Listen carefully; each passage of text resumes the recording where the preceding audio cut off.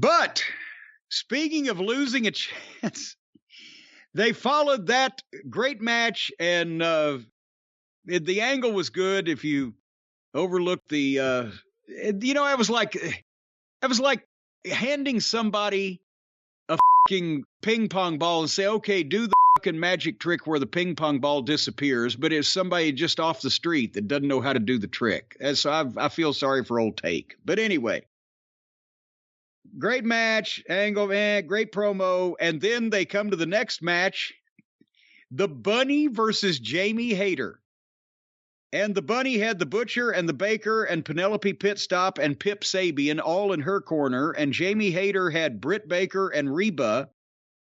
And I'm trying to figure out, well, yeah, the Bunny was the heel because now the heel women in AEW are the originals instead of the WWE implants. But wait a minute, the Bunny is an original AEW girl. Right. And actually, Jamie Hayter wasn't originally in AEW. She came, but now the story is, so who's the heel here? Well, nevertheless, it doesn't matter, and we didn't have long enough to find out. They went a minute to the break. They came back from the break, and I was honestly zipping through this, but when I saw it ended so quick, I said, what the fuck?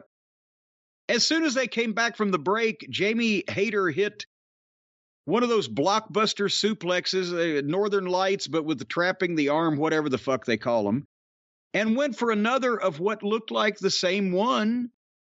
And they just went backwards in a heap with the Bunny underneath and Jamie Hayter falling on Bunny's head and face.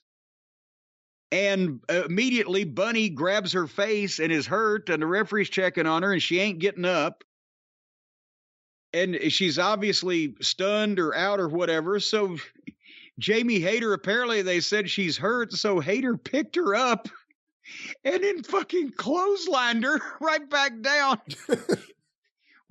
And you could tell Bunny was trying to hang on and not take that bump right on the back of her head. So she hung on to fucking but Jamie Hayter drove her right down. So that's a perfect thing to do. Right after you've landed on someone's fucking face with most of your body weight, executing whatever move you were trying to do, jerk them up off the ground, and then quickly whiplash them back down to the hard surface again. That'll generally snap them right out of it. 1, 2, 3 in less than a minute. So Bunny, apparently, they said on the internet afterwards, they thought she either had a concussion or a broken orbital socket. Yeah, one of those two things. So apparently, being a member of the AEW women's roster is slightly more dangerous than fighting the Ukrainian war. Well, you know how I feel.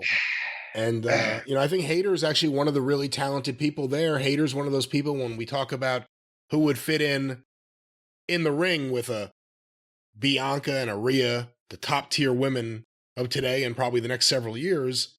Hayter's really good.